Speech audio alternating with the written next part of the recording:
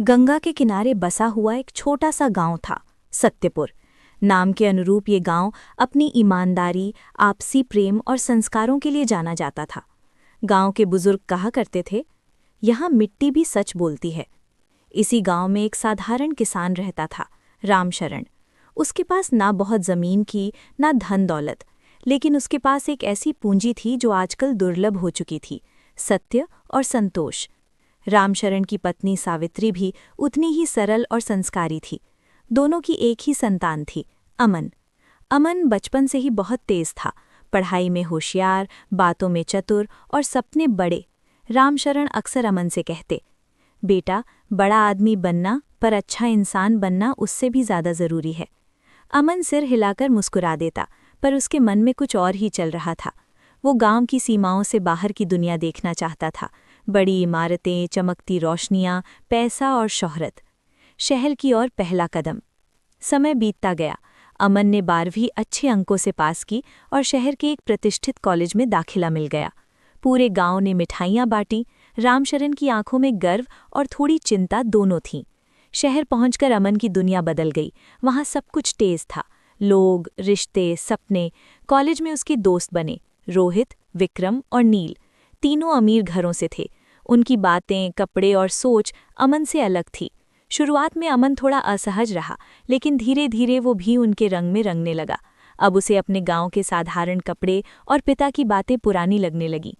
एक दिन रोहित ने कहा, अमन, सिर्फ पढ़ाई से कुछ नहीं होता, स्मार्ट बनो, शॉर्टकट सीखो। ये शब्द अमन के दिमाग में बैठ गए। पहला समझौता। कॉलेज के दूसरे साल में अमन को एक बड़ी कंपनी में इंटर्नशिप मिली। वहां उसने देखा कि कई लोग नियमों को तोड़कर भी आगे बढ़ रहे हैं।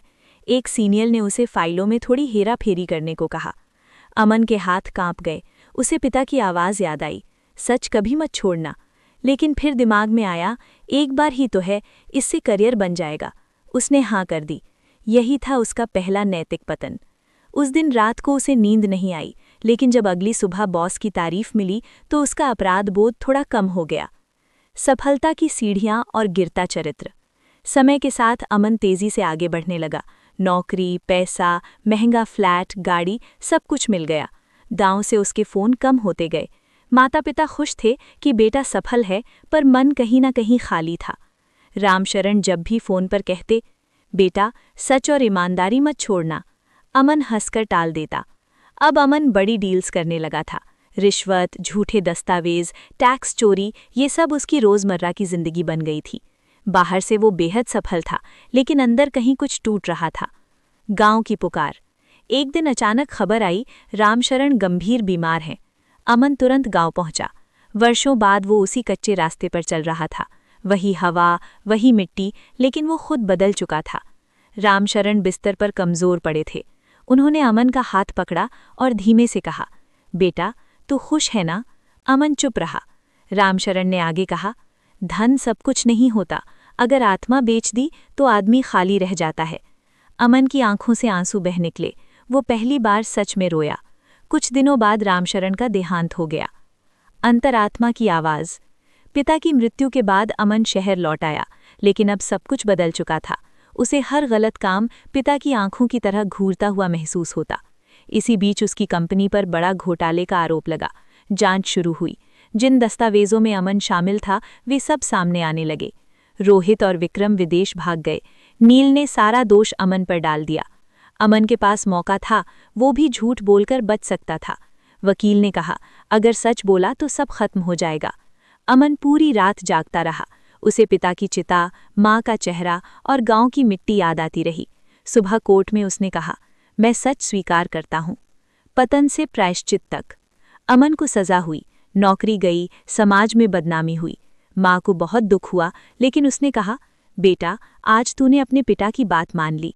जेल में अमन ने पहली बार शांति महसूस की। वहाँ उसने पढ़ना शुरू किया, दूसरों को पढ़ाना शुरू किया। धीरे धीरे उसने समझा कि सच्ची सफलता बाहर नहीं, अंदर होती है। नई शुरुआत। सज़ा पूरी होने के बाद अमन गांव लौट आया। उसने शहर की जिंदगी छोड़ दी। गांव में एक छोटा सा स्कूल खोला, जहां बच्चों को सिर्फ पढ़ाई नहीं, बल्कि संस्कार, सत्य और आत्मसम्मान सिखाया जाता था। लोग पहले शक करते थे, लेकिन धीरे धीरे अमन का बदला हुआ रूप सबने देखा। एक दिन स्कूल के बच्चे ने पूछा, गुरुजी, सबसे बड़ी जीत क्या होती है? अमन मुस्कुराया और बोला, खुद से हार कर भी सच को जीत लेना।